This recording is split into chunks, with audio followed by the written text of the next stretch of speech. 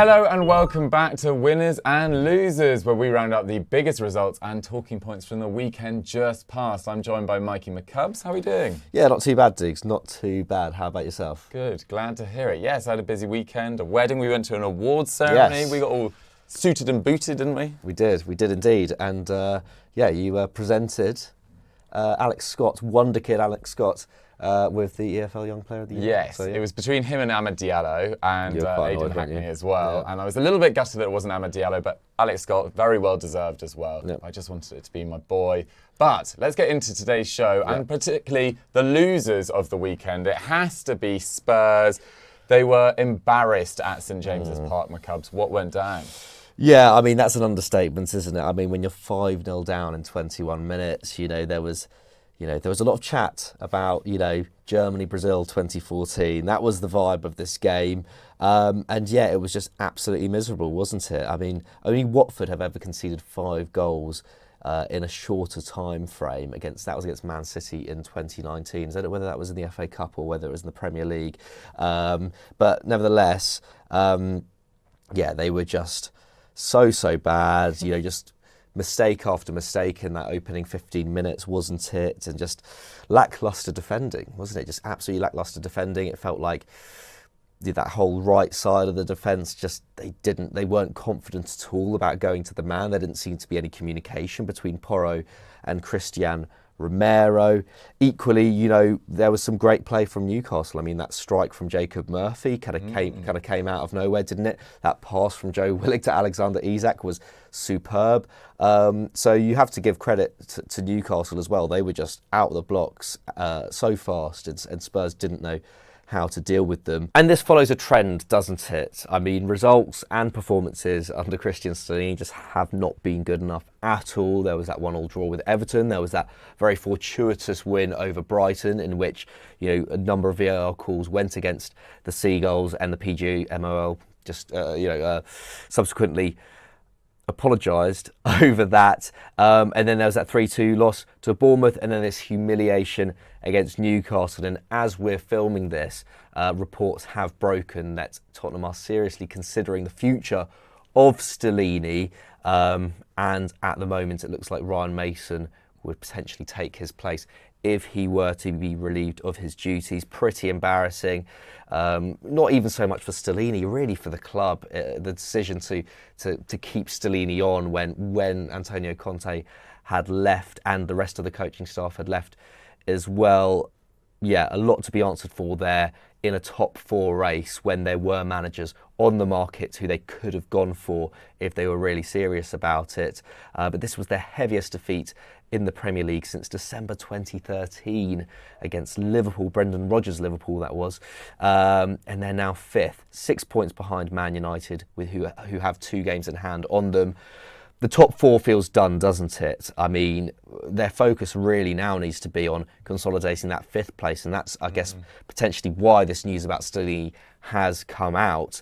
I guess Daniel Levy wasn't really considering that 5th place was under threat too much a few weeks ago when they were still in that top 4 race, but with Villa, Liverpool and Brighton, who, to be fair, have dropped points at certain times in the last few weeks, but, have still been overall in pretty good form, better form than Spurs over the last couple of months. They should be worried, to be honest, because those are some pretty serious outfits chasing them down. But Dukes, let's get back to the game. In more detail, what went wrong at St James's Park? Everything, to be honest. I mean, they met a side that have been magnificent this season. I think despite their sort of questions and things that need to be continued to ask about the Newcastle's owners, they are actually a very likeable side on the pitch. And I say that as a Sunderland fan. Yeah. So many of those players have, just time and again provided performances of energy, pressing. They work so much harder than other teams, and Spurs just couldn't deal with the pressure. They just didn't want the ball at all. And whether it was Romero or Porro, as you say, who I thought were particularly poor, allowing Joe Linton to cut in early on in the game, I think within 1 minute pretty much. Laree then parrying it to Murphy, Perisic not reacting quickly enough at the back post, and then Porro not tracking Joe Linton's run behind him for the second, which I thought was probably the sloppiest goal, to be honest. It's quite a simple arcing run from Joe Linton, and Porro's just completely asleep there. Eric Dyer then gives a complete hospital pass to Son in the build-up to Murphy's second, which was an excellent strike, but there's absolutely no pressure on the ball whatsoever. Porro failed to get in front of Wilson for the sixth. I mean, we could go through every goal and just, there was so clearly individual errors, and those defenders just really not doing enough to even deserve to be at the club anymore. It felt like it was a really sort of the final performance, really, that many of these players, should play in a Spurs shirt. I thought it was really, really that bad. I mean, Newcastle had 57% possession, but they allowed them 25 shots with 8 on target, and they scored 6 from those 8 shots on target. Hugo Lloris had his injury issues this year, but he's not been at his best by any means. Fraser Forster's done his best as well, but has probably passed it as well. And Spurs, not clinical enough, not able to grab hold of the ball. And it feels like after having a succession of managers in Mourinho, Nuno and Conte that have basically given up so much possession and territory to the Spurs side, they now seem very reluctant and unsure of what to do when they've got hold of the ball as well. And we're just so weak defensively. I mean, the Magpies created 4 XG. The previous worst that they've conceded this season was 2.5 against Southampton in their 3-3 draw, which prompted that rant from Conte, which ultimately led to his departure, as you said. And I was looking at their XG against this season. It's generally against teams like Man City and Arsenal, obviously the 2 best sides in the league, or teams that press very high. Brentford was a really bad game for them as well, Southampton, now this Newcastle game. And it feels like they cannot handle the pressure and seem so reluctant and unable to build up the ball effectively whatsoever. In terms of individuals, who was particularly poor? Eric Dyer, shocking. Yep. 2 tackles, 0 interceptions, 0 clearances, 75% pass accuracy, which is really pretty damning. As that centre-back that's supposed to build most of your possession, he's played in midfield before, that's really not good enough. Perisic only completed 59% of his passes, Pedro Porro 68%, and when your defenders can't, control the ball and control possession, then you've got absolutely no hope. I mean, Romero with 90% seems like the only defender that could cope under any sort of pressure. Son and Kulusevski continue to struggle to influence games. Dejan Kulusevski's form, people aren't talking about it enough. It's actually shocking. 0 goals and 2 assists in his last 18 games for club and country. Son Heung-min, 2 goals in recent weeks as well, but was back looking pretty lacklustre here. And for the second game in a row, Stellini tried to get a change out of it, took off Pape Matar, put on Davinson Sanchez, who he took off after, as a sub, replaced the substitute the previous week against Bournemouth, and that, led to boos from the crowd. And poor Davinson Sanchez, he doesn't know whether he's coming or going anymore. So that change there, where Davinson Sanchez is coming on from Sarr, and they are changing to a 5 at the back, the system they are more familiar with this year, seemed like it did get something out of these players, but it was too little too late. And Stellini did admit afterwards that he probably got his tactics wrong. But let's leave the game to one side. We haven't probably given enough credit to Newcastle. We could probably do a whole video on them, but it was a magnificent display. That's not really the story, though. I think the story is more what's going to go on at Spurs in the future, McCubs, because there are questions at every level of the club. Yeah, I mean, obviously the ownership are really unpopular at the moment. Do I see them selling? Not personally. I'm not really sure why you would sell Spurs at this point.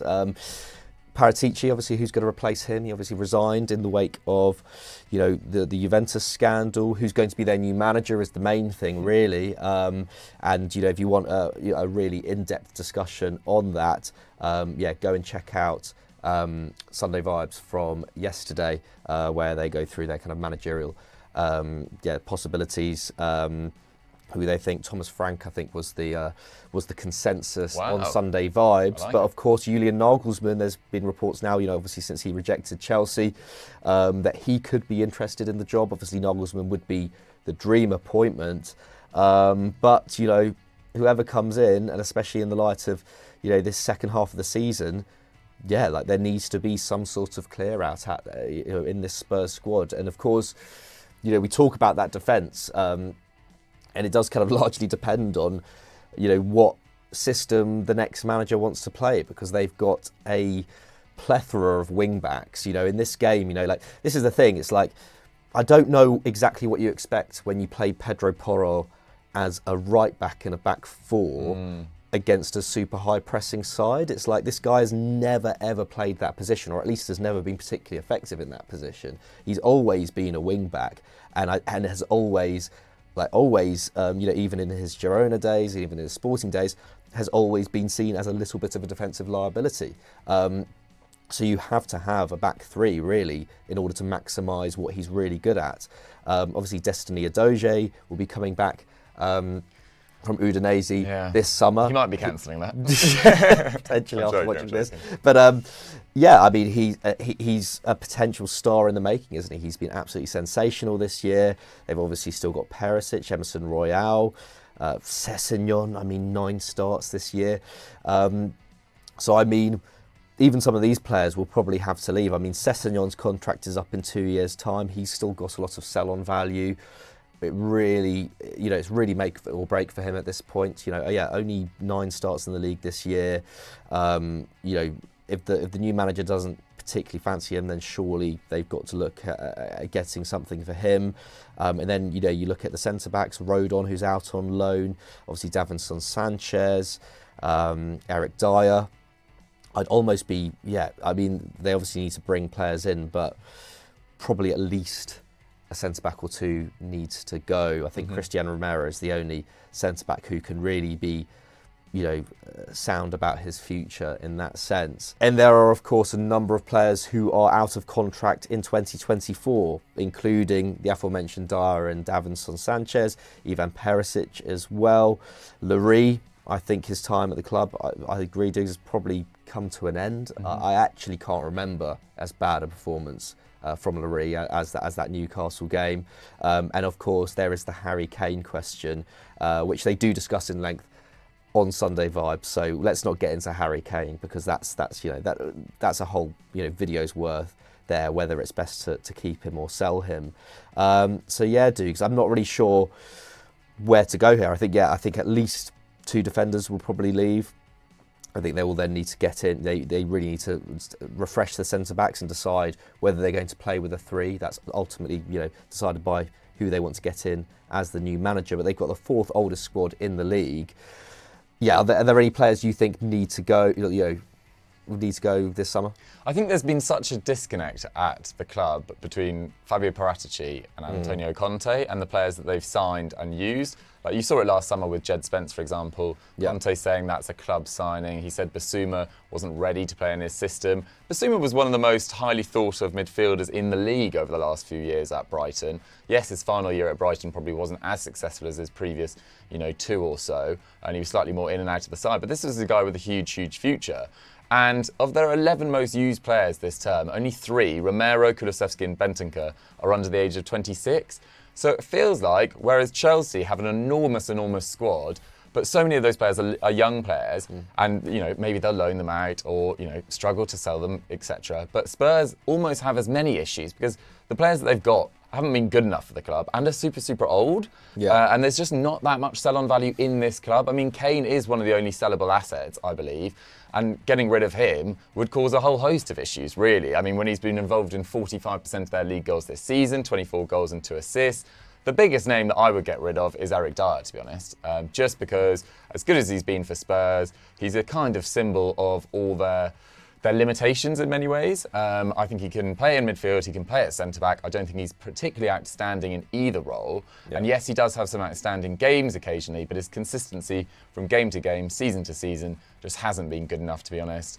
And I think, he could be one of a number of players that leaves this summer. I'd also look to move on Sergio Reguilon and Ndombele, Winks, loads of the players that are out on loan at the moment don't seem to have a massive future there. And at the time when we need players to commit to Spurs, or at least get them over the line this season and hopefully finish in a Europa League place at the very least, you've got players' agents, Emerson Royale's father and agent, linking him with a move to Real Madrid, saying that he is destined for the top and should be at a club that's challenging for major honours. Emerson Royale will not be joining Real Madrid. I am saying that for sure right now, and should probably focus on turning around his Spurs career. But there's so much deadwood there. Lucas Moura still there. Arnaut Danjuma, one of the most talented players in the Champions League last year for Villarreal, barely had a look in, of course. They spent all this money on Pedro Porro in January. Doesn't feel like he has a future in a back 4 system. It's just an absolute mess, McCubs. Yeah, absolute mess.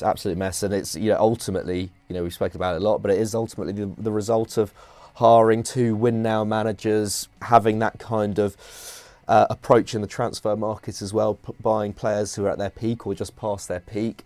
I know, someone like Pedro Porro is a signing for the future. There have been a few of those in there as well, but essentially, yeah, their approach to the transfer market has been inconsistent, and they got lucky last year, with the Bentancur and Kulusevski signings.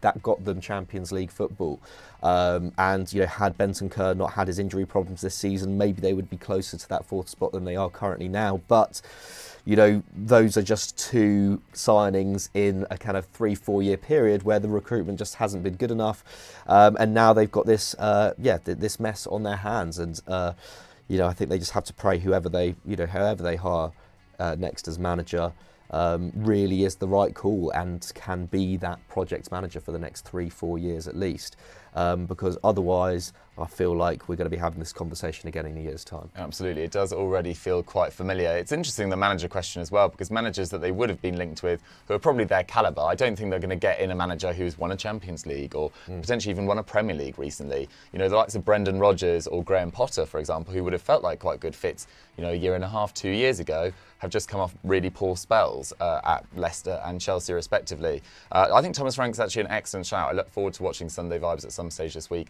and catching up on their thoughts of that. And also, it doesn't get any easier for Spurs as well. Listen to their fixtures. They've got Man United at home on Thursday, who have just come off a penalty shootout victory in the FA Cup semi-final. So they're having it's been a mixed few weeks for Man United, let's say, but that'll be a tough game. They then go to Anfield away on Sunday. Liverpool being so much stronger at Anfield than away this season. Then Palace, Villa, Brentford and Leeds, all of which either have something to play for or are in great form at the moment. So really, really worrying for Spurs, as it is for Chelsea down the road. But guys, who do you think Spurs need to get rid of this summer? We gave out numerous names there, but we want some decisions from you guys in the comments. Let us know in the comments down below. And who would be your dream managerial appointment as well? Let us know your thoughts down there as well. If you've enjoyed this video, don't forget to subscribe to Football Daily and stay tuned in a few hours' time for our second video of the day.